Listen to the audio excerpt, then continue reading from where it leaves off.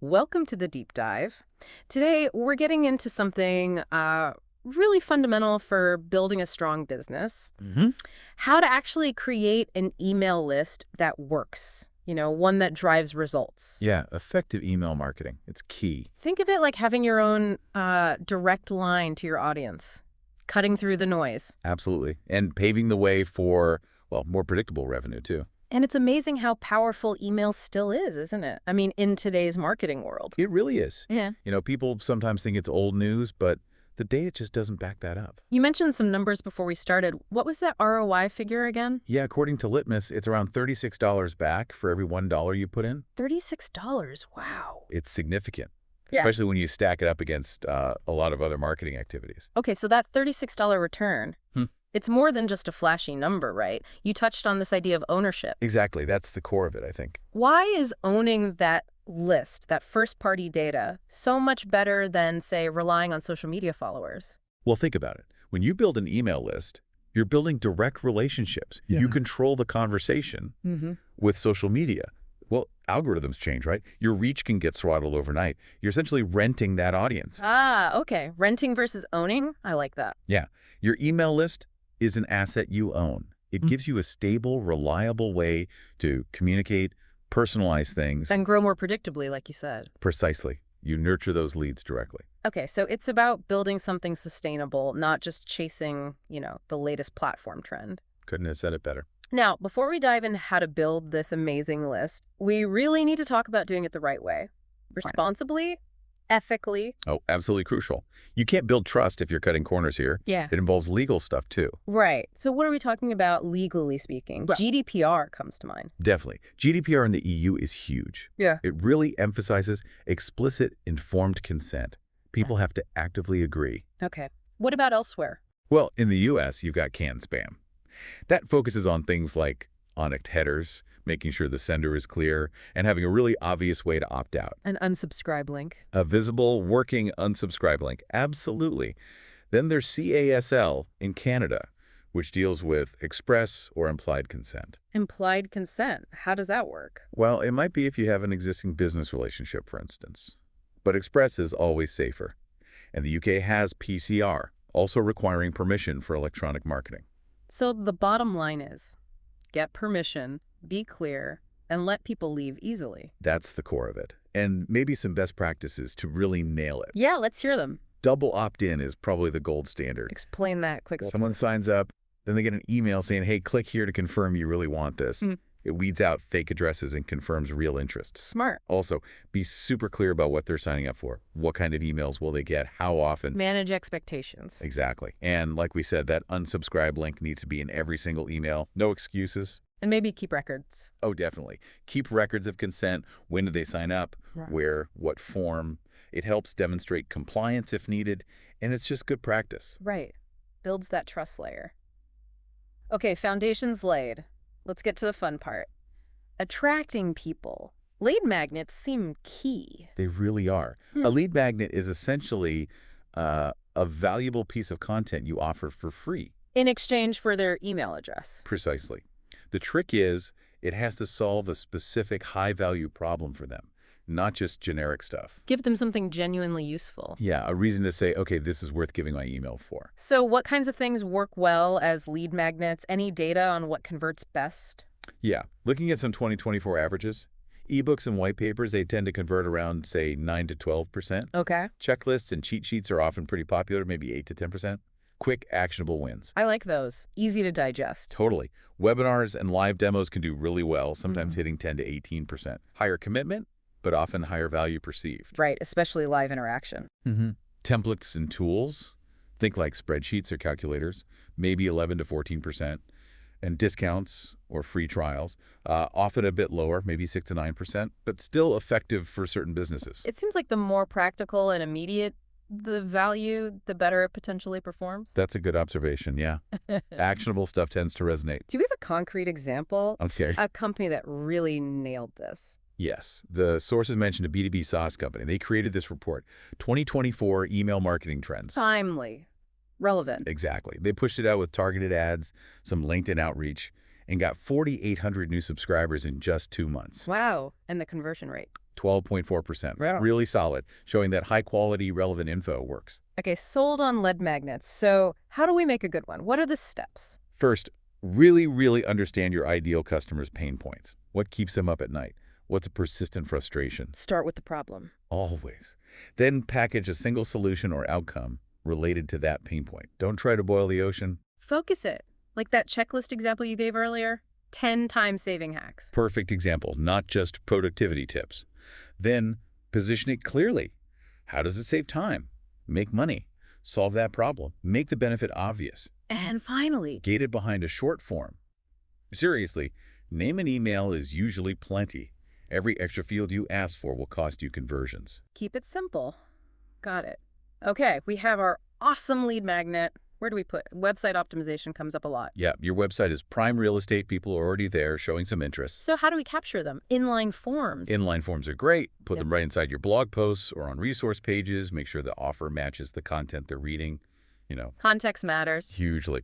Then there are exit intent pop-ups. Ah, the ones that show up when you try to leave. I find those annoying sometimes. They can be, if done badly, but done well, offering something small and valuable, like a quick cheat sheet.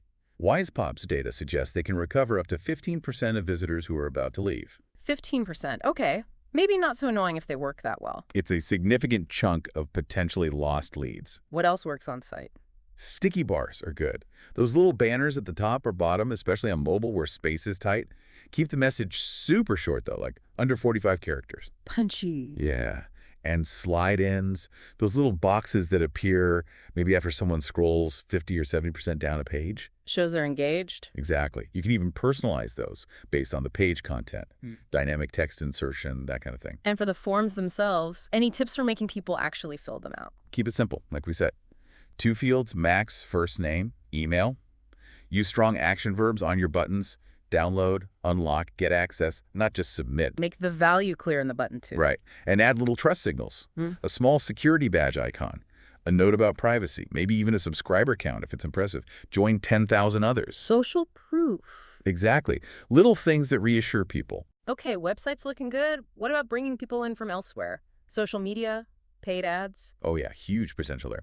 Facebook and Instagram lead ads are really interesting Why those specifically? because the form is native. Users don't leave Facebook or Instagram. Their info often pre-fills.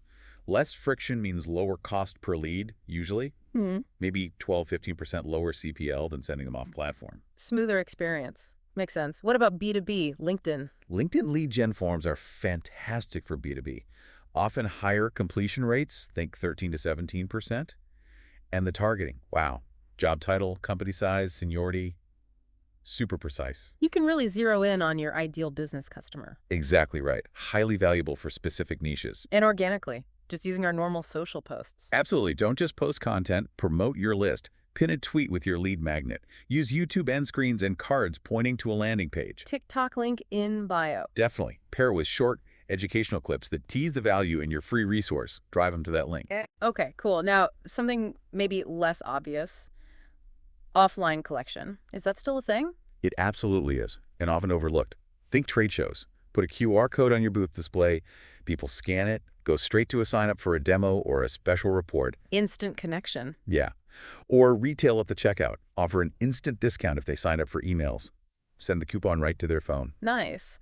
What about networking? Instead of just swapping paper cards, use a digital business card service that lets you easily capture an email. Maybe promise a follow-up with key takeaways from the event. Connecting the physical and digital?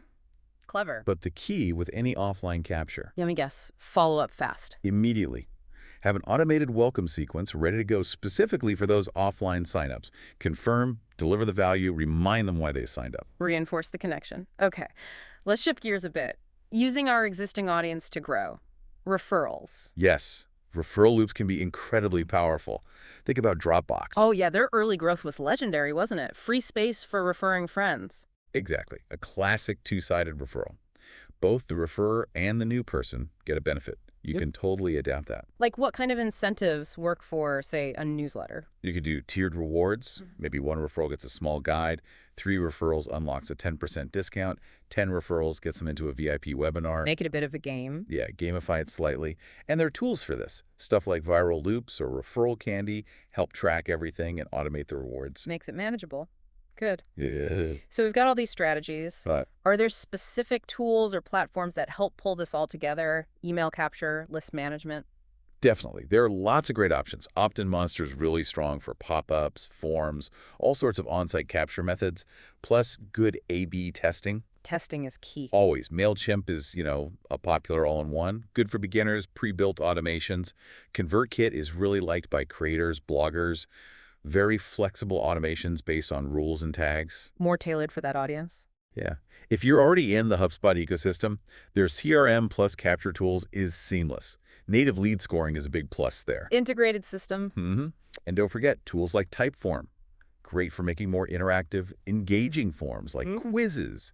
They can feel less like a form and more like an experience. So the choice depends on budget, features, integrations. Pretty much. What do you need it to do? How complex are your automation plans? What does it need to connect with? And yeah, what's the budget? Okay. Now, a lot of this feels active. Setting up pop-ups, running ads. What about more passive growth, just from content? Content marketing is a massive, often passive list builder if done right. How does that work? SEO? Yeah. Create really good long-form content that targets specific search terms, those long-tail keywords your audience is actually typing into Google. Answer their questions. Exactly. Then, within that super helpful content, embed relevant opt-in opportunities. Reading about X, get our checklist for X right here. Safe offer directly related. Crucial. Yeah. Even better, offer content upgrades. What's a content upgrade? It's a bonus resource specifically tied to that piece of content. So if the post is about email subject lines, the upgrade might be a template pack of high-converting subject lines. It's hyper-relevant. More specific than a general lead magnet. Exactly. Converts really well, usually. And, of course, repurpose. Turn blog posts into videos, audio clips, infographics. Put CTAs in all of them. Get more mileage from your best stuff. Is there proof this works? Oh, yeah. Sources mentioned a digital agency ranking high for email subject line examples. Yeah. Just by embedding checklists and resources in that one post, they were getting over 2,100 new subscribers every single month. Wow. That's the power of passive, search-driven growth. Set it up once, and it keeps delivering. Okay, we've covered a lot of ground. Any more advanced tactics for people really wanting to push growth? Sure, a few things. Interactive quizzes are really engaging. Offer personalized results in exchange for an email. People love learning about themselves. Gamification again, sort of. Yeah. And speaking of gamification, those spin-to-win wheels or scratch card widgets can create buzz. They often see engagement spikes maybe 20–30%. Just don't overdo it. Annoyance factor again. Right. We talked exit intent, but really sharpening the headline, make it urgent, and offering a super relevant mini lead magnet, that's where you hit that 15% recovery rate WisePops talks about. Rescue the abandoning visitor. Webinars and live streams too. Registration usually means email capture, plus you can reuse the recording later as another lead magnet. Double dip. And finally, maybe influencer co-promotions. Team up on a giveaway or co-branded content. Tap into their audience. Just make sure the audience is aligned, and follow platform rules. Lots of options there. Okay, this is all great, but how do we know it's working? Metrics, benchmarks. Crucial. Yeah. Got to track your KPIs, key performance indicators. Like what? What should we watch? Lead magnet conversion rate is big. Yeah. What percentage of people seeing the offer actually sign up? Benchmark for 2024 is roughly 5–12%. Varies though. Depends on the offer quality, the form. Exactly. Pop-up conversion rate too. Usually lower, maybe 3–6%. Offer relevance is key there. Overall list growth rate. Yeah, net new subscribers divided by your total list size. Aim for maybe 2–5% growth per month. That's healthy, sustainable growth. And standard email stuff? Opens, clicks. Still vital. Open rates, benchmark around 33%. Click-through rates, maybe 2.6%.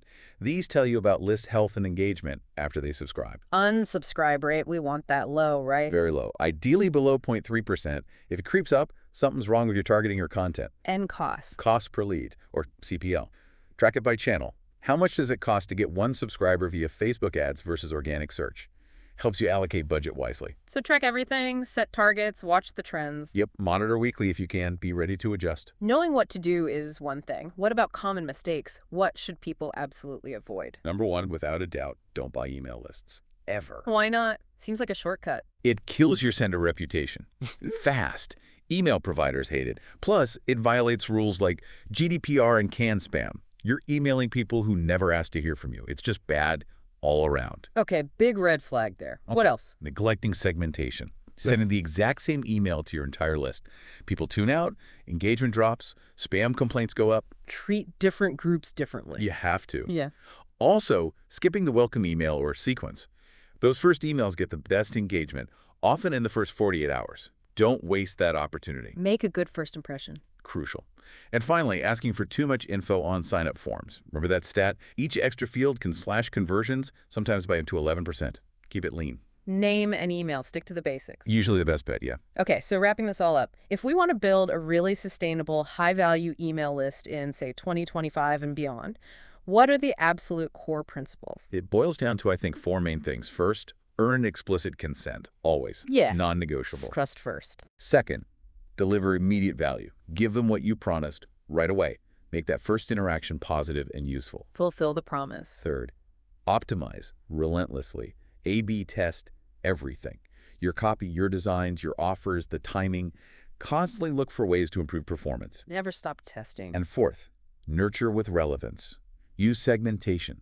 Understand subscriber interests and behavior. Send targeted content that actually helps them. Relevance is key for long-term engagement. If you nail those 4 things consistently, your list becomes an incredibly powerful asset, not just a collection of emails. This has been incredibly insightful. It really feels like the game in 2025 isn't about shortcuts or hacks anymore. Not at all. It's about earning trust, delivering genuine value, and really optimizing every single touch point. Respecting the inbox. Build it right, treat people well, focus on value. Absolutely. Do that, track your metrics, and you'll see your subscriber base and your revenue grow hand in hand. It's a marathon, not a sprint, but it pays off. Fantastic. So on that note, here's something for everyone listening to mull over. Thinking about all these methods we discussed, the pop-ups, the lead magnets, the content upgrades, referrals, which one feels like it could make the biggest difference for your specific goals right now? Good question. And maybe what's one small, simple experiment you could actually run this week to start building a more engaged, more valuable audience starting today? Great place to start. Thanks for tuning in to The Deep Dive.